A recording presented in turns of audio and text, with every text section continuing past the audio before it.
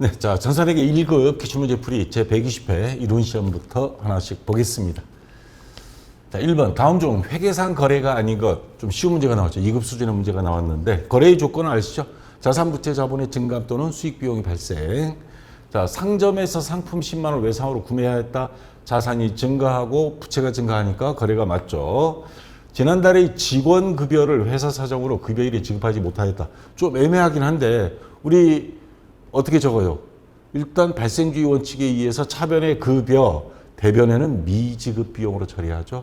그래서 이것도 일상생활에서는 사회에서는 거래를 안 보지만 회계상은 거래 맞습니다. 거래처에 전화를 걸어 다음 달 5일에 구입할 물건을 예약만 한 겁니다. 자산부채 자본의 증감 수익 비용이 발생이 없죠. 거래가 아니죠. 그래서 3번이 일단 정답이 되고요. 창고 화재로 상품 일부가 소실, 불에 타 없어졌다. 자산이 감소가 되죠. 재해 손실. 그래서 자, 거래가 됩니다. 자, 그다음에 2번 문제.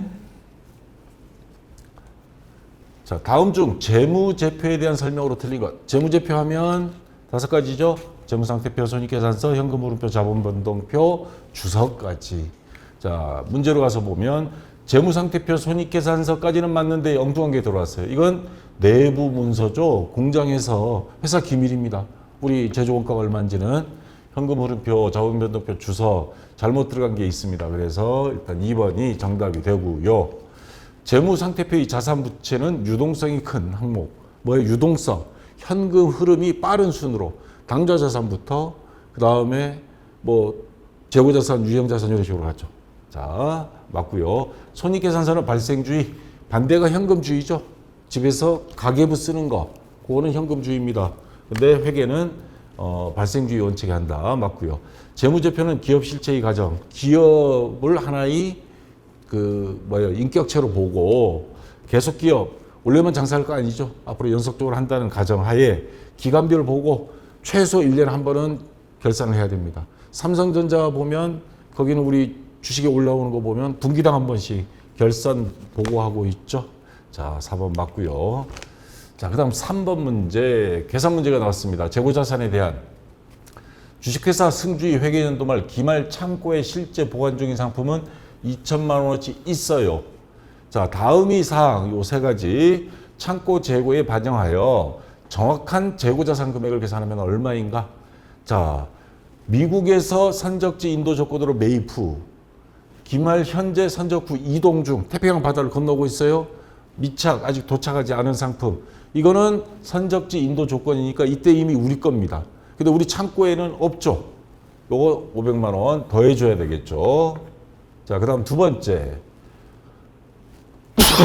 죄송합니다. 단기에 판매를 위탁하고 공장에서 반출하여 수탁자에게 인도했으나 기말까지 수탁자가 판매하지 못하고 수탁자의 창고에 보관 중인 상품 300만 원. 아직 팔리지 않았어. 그러면 이 소유권은 우리한테 있죠. 만약에 그쪽에서 도저히 못 팔겠다 하면 다시 가져와야 되는 거고. 자, 이것도 더해줘야 되겠죠. 자, 단기에 상품권을 판매했으나 사용되지 않은 상품권 200만 원. 여러분 그 신세계 상품권 이마트 같은 데 가면 상품권 팔죠. 상품권은 팔았는데 그 상품권을 가지고 물건 사러 오지 않았어요.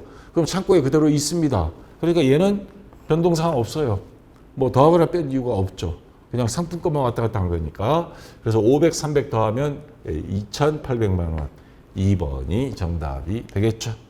자, 여기까지는 뭐 난이도가 그래도 쉬웠습니다. 자, 이제 4번 단기 매매 증권인데 다음 중 단기 매매 증권에 대한 설명으로 틀린 것.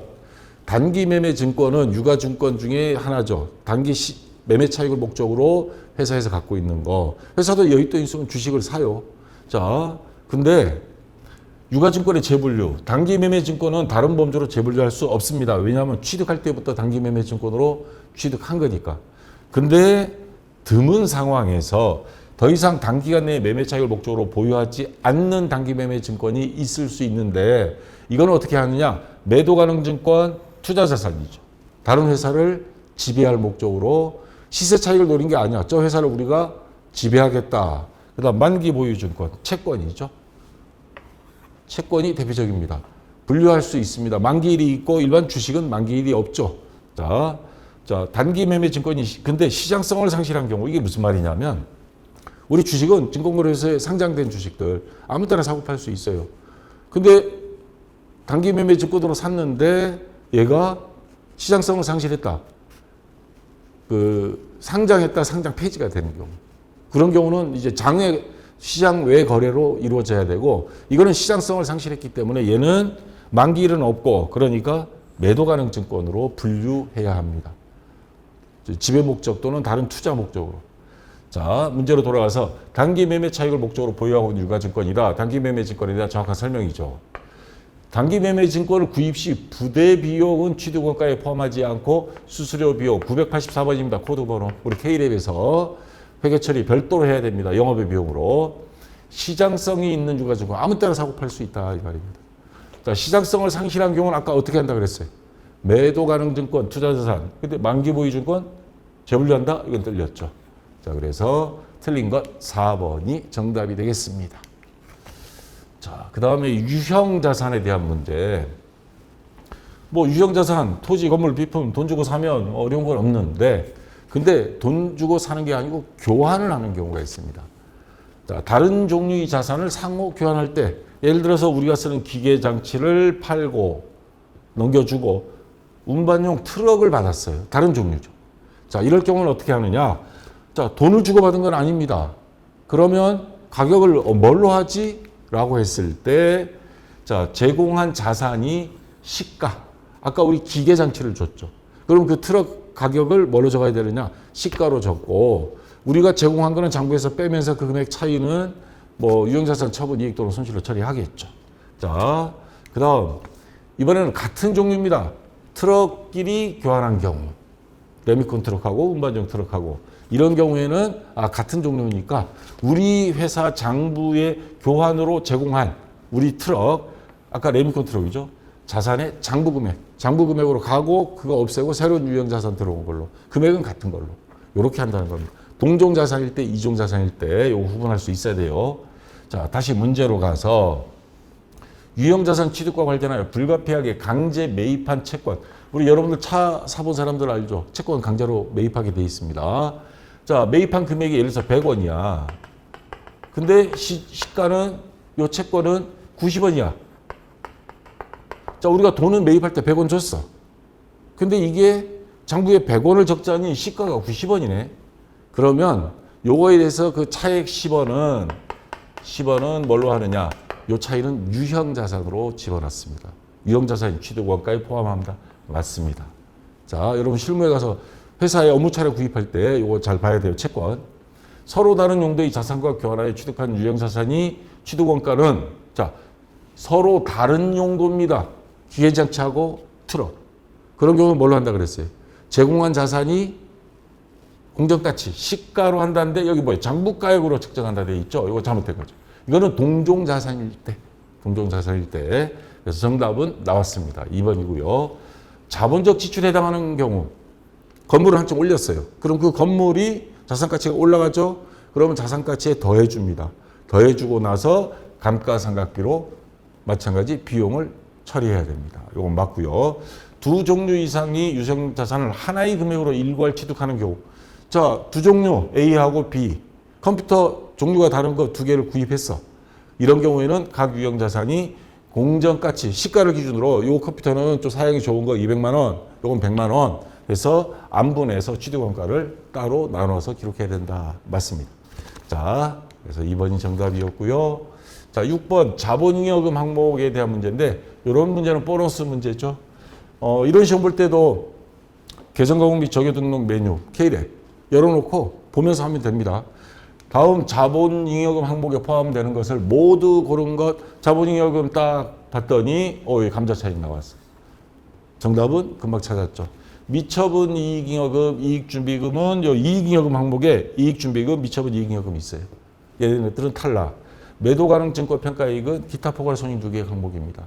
그래서 정답은 감자차익 하나, 1번이 정답이 되겠죠. 암기하고 있으면 뭐 좋고요. 암기가 안 됐을 경우에는 이런 거를 참고로 보면서, 자, 이거 커닝 아닙니다. 자, 보너스 문제가 나왔고요. 자, 그다음 7번 문제.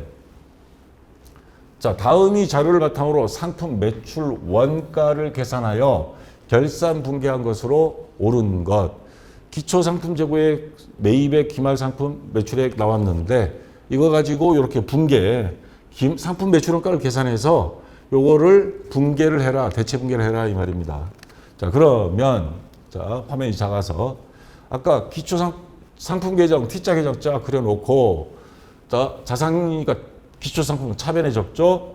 110만 원 여기 적고 그다음에 상품 매입액 455만 원, 매입액 455만 원. 기말 상품 재고액 230만 원. 요거 두 개 더하면 565만 원. 차변 대변은 같아야 되니까 565만 원 적어주고 요거 빼면 나머지 뭐 팔렸다 이 말입니다. 기초 플러스 매입 마이너스 기말 상품 재고액 매출원가 공식이잖아요. 그러면 335만 원 얘를 어떻게? 자, 결산 분계해서 매출원가 계정으로 보내줘야 돼요. 자, 매출원가 보낼 때 요 계정에 있는 걸 전기할 때 X맨 놀이 한다 그랬죠. 2급에서. 자, 얘가 가운데 있으니까 오른쪽에 있는 건 왼쪽으로, 여기 있는 건 이쪽으로. 그래서 쭉 가면 매출원가가 차변 나와요.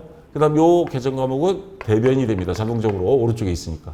그럼 차변에 상품 매출원가 335만 원, 대변에 요거 상품 335만 원. 요거 이해가 잘 안 되시는 분들은 2급에 가면 2급 강의에 분계 전기, 거기에 엑스맨, 분계한 걸 전기할 때 어떻게 하는지 그 강의를 한번 보시기 바랍니다. 자, 그래서 정답은 차변의 상품 매출원가 335만 원, 대변의 상품 335만 원. 1번이 정답이 되겠죠. 자, 요거는 금액이 안 맞습니다. 요거는 385만 원이고요. 그래서 1번이 정답이 되겠고요. 자, 그다음 8번 대손 충당금 문제. 대손 충당금 아직도 이해 안 되시는 분들이 조금 있는 것 같아요. 회사에서 매출 채권, 외상 매출을 받으러 믿는데 100%다 수금 안 되는 경우가 있잖아요. 자동차, 현대자동차 같은 경우도 뭐 몇 프로인지 모르겠지만 한 1%에서 미리 그 손해가 날 거에 대비해서 충당해 놓는 일종의 비상금 같은 개념입니다. 비용으로 미리 처리하고. 자, 대손 충당금에 대한 설명으로 가장 옳지 않은 것. 대손 충당금은 채권, 매출 채권에 대하여 설정하고요. 또 매출 채권이 아닌 기타 채권, 미수금 같은 거에도 설정합니다. 단 기타의 대손상각비로 별도로 처리하지만 어쨌거나 채권에 대해서 비상금 따로 설정해 놓는 거 손실 볼 거에 대비해서 맞고요. 매출 채권에 대한 대손상각비는 요거는 만약에 진짜 못 받게 됐어. 대손상각비 비용 처리하면서 판매비와 관리비로 처리합니다. 회수가 불가능한 채권은 대손충당금과 상계한다. 대손충당금이 설정했을 경우 진짜 못 받게 됐어. 그럼 외상 매출을 없애주고 대손충당금 미리 비상금 설치해 놓은 거 딱 갖다가 대입합니다. 맞고요.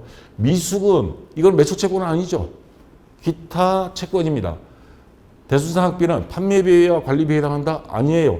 이거는 매출 채권에 대한 것만 하고 기타의 대손에 대해서는 영업 외 비용. 자, 그럼 기타의 대손상각비 계정 과목 및 적용 등록 메뉴에 가보면 영업외 비용 분류 안에 들어갑니다. 자, 이렇게 해서 요 계정 과목은 컨트롤 F 누르면 여기서 입력하면 다 찾을 수 있어요. 자, 그래서 4번이 정답이 되겠고요. 자, 그 다음 9번 문제입니다. 자, 이제 원가 회계로 들어가는데 다음은 제조업을 영위하는 주식회사 전설이 단기 원가 자료이다. 주식회사 전설이 단기 제품 제조 원가를 산출하면 얼마인가? 한 달이면 한 달 동안 물건을 만들어서 완성된 총 원가가 완성품 원가가 얼마냐 이 말입니다. 그러면 제공품 계정 요거 하나는 여러분들이 외워두면 좋습니다. 이게 공장을 말하는 거예요. 제공품이. 자, 그러면 지난달에 미완성돼서 넘어온 거 기초 제공품이라 하거든요. 기초 제공품, 기초 재료 제공품 여기 있죠. 20만 원 여기 적어줍니다. 자, 그 다음에 기말 제공품이 있죠. 기초 제공품에 기말 제공품은 빼줘야 됩니다. 기말 제공품 30만 원. 그럼 여기 뭐 들어가느냐? 단기총 제조비요. 재료비, 노무비, 그 다음에 뭐 경비, 제조간접비. 여기 기중 소비액, 재료 소비액, 재료비, 노무비, 그 다음에 경비는 없고 제조간접비 다 더하면 얼마야? 75만 원. 단기총 제조 비용 75만 원. 그럼 두 개 더하면 95만 원. 차변 대변은 같아야 되고 95만 원. 아까 기말 제공품 30만 원 빼면 65만 원. 이거는 완성이 됐다는 겁니다. 그래서 단기 제품 제조 원가 자, 단기 제품 제조 원가는 제품 계정으로 넘어가죠. 자, 여기서 구할 거는 단기 제품 제조 원가 얼마냐 그랬으니까 65만 원. 4번이 정답이 되겠죠. 자, 됐고요. 그다음 10번 제조간접비 배부 배부 방법이 몇 가지가 있냐, 가장 간단한 게 뭐냐, 뭐 이런 문제 나오다가 직접 배부하는 문제가 간만에 나왔습니다. 이거 한 10년 만에 한 번 나온 것 같아요. 자, 다음이 자료를 이용하여 보조 부문 X, 여기 보시면 보조 부문과 제조 부문이 있어요. 보조 부문은 다시 X 부문, Y 부문, 제조 부문은 A 부문, B 부문. 요거는 뭐 제품 이름이 되겠죠. 요거는 뭐 수선비, 그다음 뭐 전력부, 뭐 이런 것들이 있겠죠. 자, 보조 부문 X에서 여기에서 제조 부문 A에 여기에서 여기로 배분되는 보조 부문이 제조 간접비를 계산하면 얼마인가? 그러면 X 부문의 원가 35만 원. 요것만 그러면 요 퍼센트 비율대로 갖다 주면 될 거 아닌가 생각하는데 또 여기서 단계 배분법을 쓰라고 했습니다. 단계, 계단식 이런 식입니다. 그리고 Y 부문부터 먼저 배분해라. 그러면 얘를 상호 배분법은 얘도 여기에 서로 상호적으로 한 번씩 해주고 나서 제조 부문으로 보내는데 단계 배분법은 어느 한쪽만 하는 겁니다. 근데 Y부터 얘를 1등으로 보고 얘 얼마야? 50만 원. 50만 원을 보조 부문에도 주고 이쪽에도 제조 부문에도 주라는 소리입니다. 자, 그러면 50만 원을 공간이 좁으니까 자, 공간 넓혀서 자, 여기 보겠습니다. 50만 원을 나눠 주는데 자, Y 부문 여기 있죠. 보조 부문 요 50만 원을 여기에는 10%, 여기에는 25%, 여기는 65%, 그럼 100%죠. 그러면 여기서 여기로 보낸 거는 10%니까 얼마? 더하기 5만 원. 자, 이렇게 되는 겁니다. 1단계. 일단 보조 부문끼리 먼저. 물론 여기도 줘요. 25%, 여기도 65% 일단 주고. 자, 그 다음에 여기서 문제에서 요구하는 건 뭐냐? 보조 부문 X에서 제조 부문 A. 아까 여기에서 여기로 넘어간 거. 그러니까 여기 준 거는 뭐 굳이 지금 시간 없으니까 계산할 필요 없고. 요거 다 더하면 얼마? 예, 40만 원. 요거를 어디로? A 부문에 넘어간 거. 근데 요 X 부문 비율은 배부 비율 보면 Y 부문의 20%, A 부문의 30%, B 부문의 50%, 그럼 총 100%인데 지금 단계 배부법, 상호 배부법이면 여기도 줘야 되지만 단계 배부법이니까 얘는 안 줘요. 지는 받아놓고 얘한테는 안 줘. 그럼 어디? 오로지 여기에만 배부하는 겁니다. 요거 두 개 더하면 총 80%죠. 80%분의 A 부문에 해당되는 건 30%. 얼마? 40만 원을. 그러면 40만 원 곱하기 30% 나누기 80%. 그러면 금액이 나올 겁니다. 얼마? 15만 원. 자, 요 40만 원 중에 15만 원은 A 부문에, 그다음 나머지 25만 원은 어디? B 부문에 가겠죠. 자, 그러면 정답은 어디 있니? 아이고, 가려졌다. 여기 4번 15만 원이 정답이 되겠습니다. 만약에 이게 어쩌다 또 시험 문제 나왔다. 저 같으면 이 집은 B 부문에 배부되는 금액은 얼마인가 이렇게 될 수도 있어요. 또는 요 단계 배부법을 Y 부문에서 먼저 배분한다 하는데 X 부분부터 할 수도 있고요. 자, 그래서 여러분 요 문제, 요거에 대한 설명은 앞에 이론 교재 거기 강의할 때 자세히 있으니까 그거 참고로 이해가 안 되시면 한번 보시고요. 자, 그래서 정답은 4번. 자, 그 다음 11번 문제입니다.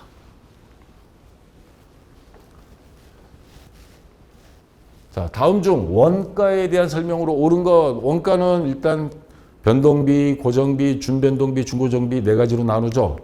자, 보기에 대해서 하나씩 보겠습니다. 관련 범위 내에서 단위당 변동원가는 일정하다. 변동원가입니다. 원가 행태에서 변동비 대표적인 거 이거 다 이해하려면 힘드니까 딱 하나. 재료비, 물건 만드는데 재료비, 변동비, 그 다음 고정비 하면 임차료, 월세.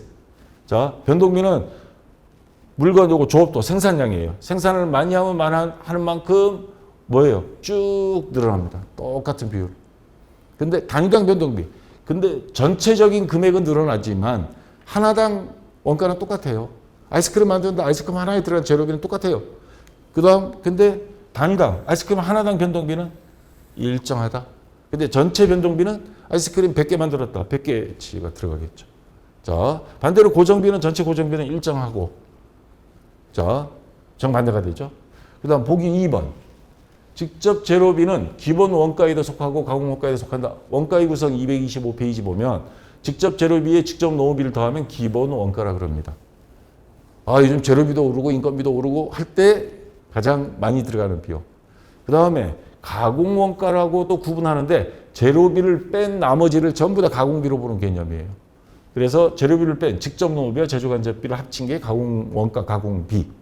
그러면 직접 노무비는 양다리 걸쳐 있어요. 기본 원가에도 들어가고 그 다음에 가공 원가에도 들어갑니다. 자, 기본 원가에도 속하고 가공 원가에 속한다? 그건 직접 농업이고 직접 재료비는 아니에요. 그래서 2번은 틀린 거고요. 그 다음 3번. 간접 원가는 특정 원가 대상에서만 소비되어 직접 추적할 수 있는 원가를 말한다? 이거 제조 간접비가 아니고 재료비를, 직접 재료비를 말하는 겁니다. 직접비. 직접비는 특정 제품이 제조에만 소비돼서 추적할 수 있어요. 근데 간접비는 여러 종류에 들어간 거. 앞에 이런 설명할 때 김밥 천국에서 김밥 만들 때 밥은 김밥에만 들어갔어. 직접 재료비. 근데 양념은 여기도 들어가고 떡볶이도 들어가고 그건 간접 재료비. 간접비는 직접 추적할 수 있는 원가, 요거는 직접비에 대한 설명이고 간접비는 아닙니다. 추적할 수 없는 경우에 일정한 비율로 아까 제조간접비, 직접 배우법, 상호 배우법, 뭐 단계 배우법, 제조간접비 배우했죠. 자, 3번도 뚫렸고요. 4번 매몰 원가. 대표적인 게 여러분들 학자금 대출받은 거. 졸업과 동시에 되돌려 받을 수 없죠. 자, 매몰 원가. 이미 과거에 기계 장치를 샀어. 그거는 의사결정할 필요 없죠. 이미 끝난 거. 자, 매몰 원가. 과거의 의사결정으로 고려할 필요가 없는 거. 그래서 영향을 주고 관련 원가에 해당되나 의사결정에 영향 준다? 이거는 틀린 거죠. 왜? 이미 끝난 거니까.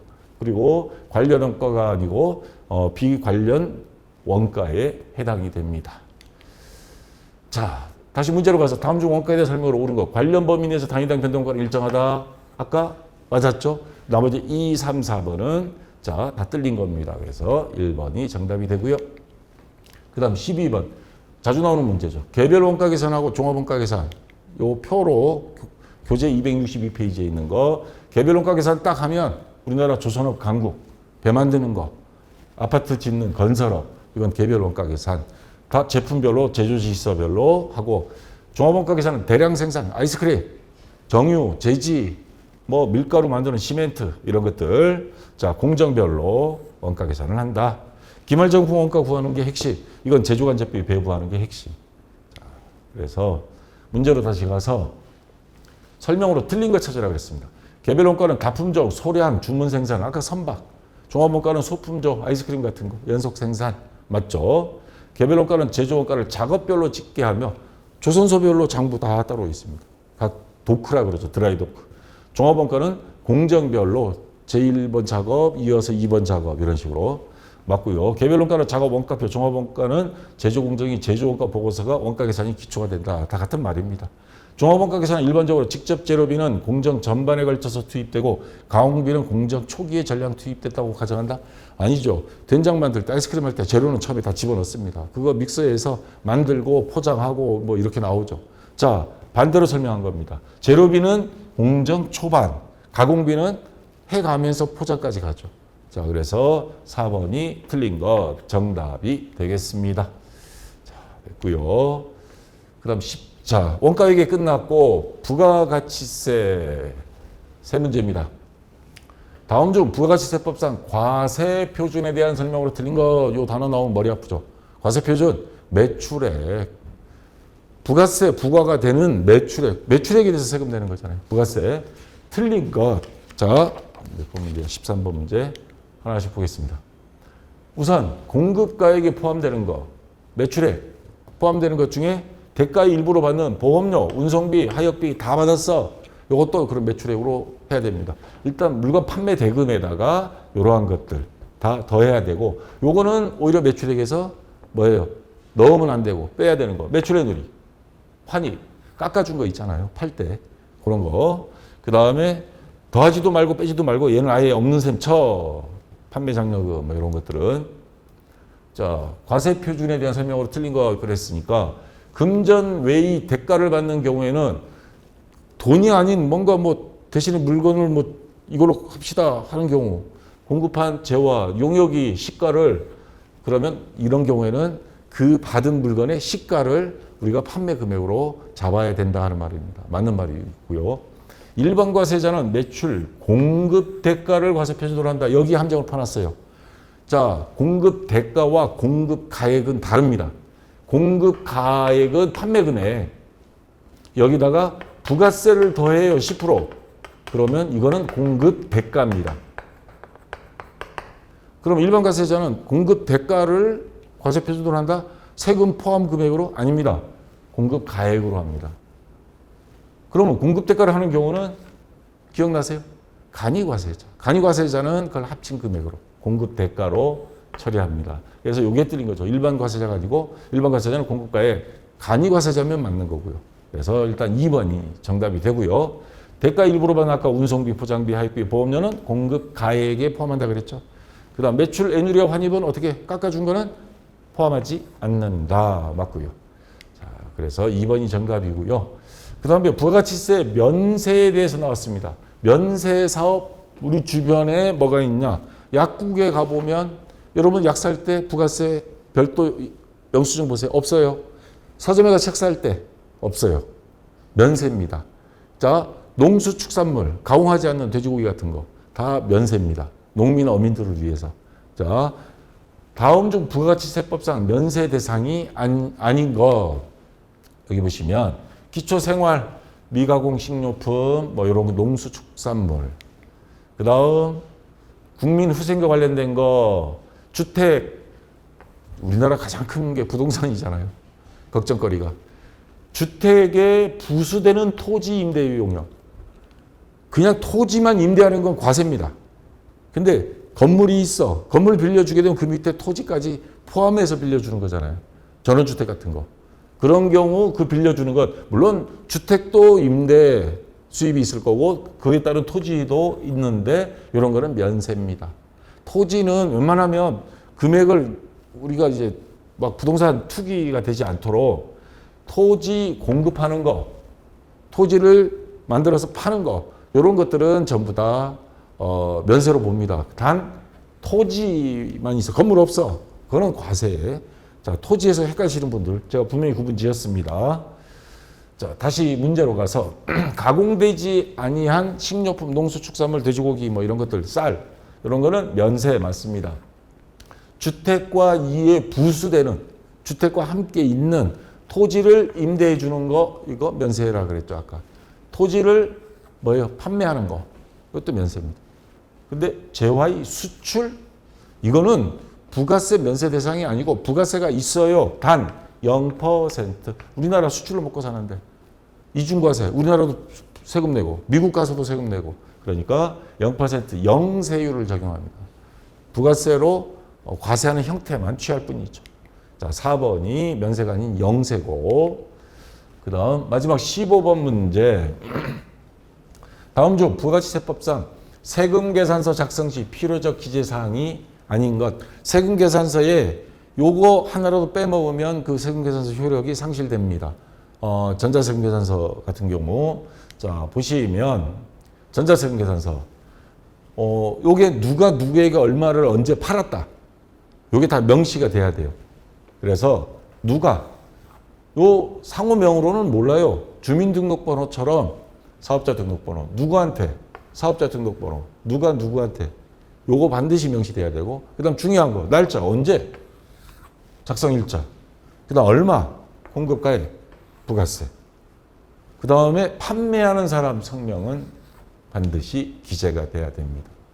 자 누가의 사업자 번호의 대표자 언제 얼마를 요게 반드시 돼야 되고 나머지 뭐 주소 같은 거 이건 뭐 국세청에서 알고 싶어 하지도 않아요. 자 이러한 것들은 뭐 임의적 기재 사항입니다. 굳이 일부러 뜰 필요는 없겠지만 자 그러면 공급받는 자의 사업자 등록번호 이거는 공급하는 자 공급받는 자 누가 누구한테 반드시 이거 들어가야 되니까 필요사항이고 날짜 언제 이거 반드시 있어야 되고요. 그 다음에 금액 부가세 반드시 있어야 됩니다. 근데 공급받는 자의 사업자 등록번호는 반드시 있어야 되는데 상호나 상명 주소는 또 개인이 와서 사가는 경우도 있어요. 그런 경우도 있고. 자, 그러다 보니까 3번은 여기 임의적 기재사항 교재 319페이지에 있죠. 요거는 임의적 기재사항 필요적 기재사항이 아닙니다. 그래서 3번이 정답이 되겠습니다. 자, 여기까지 다 됐고요. 대체적으로 이번 1급은 그렇게 많이 어렵진 않은 것 같고 그리고 유튜브에서 보시는 분들 제가 거기에는 답변을 못 올리고 있습니다. 왜냐하면 그 답변은 또 본인만 볼 수 있기 때문에 여러분 네이버 카페에 들어오셔서 박쌤 전산에게 주시면 질문 답변이 수십만 개입니다. 한 40만 개 넘어요. 여기 검색창을 이용하셔서 본인이 공부하다 궁금한 거, 안 되는 거, 이해 안 되는 거 검색하면 다 있고요. 그래도 없다 질문 올리시면 거기에 답변을 드리도록 하겠습니다. 자, 수고하셨고요. 좀 쉬었다가 이어서 다음 시간 실무시험 같이 해보도록 하겠습니다. 자, 수고했습니다.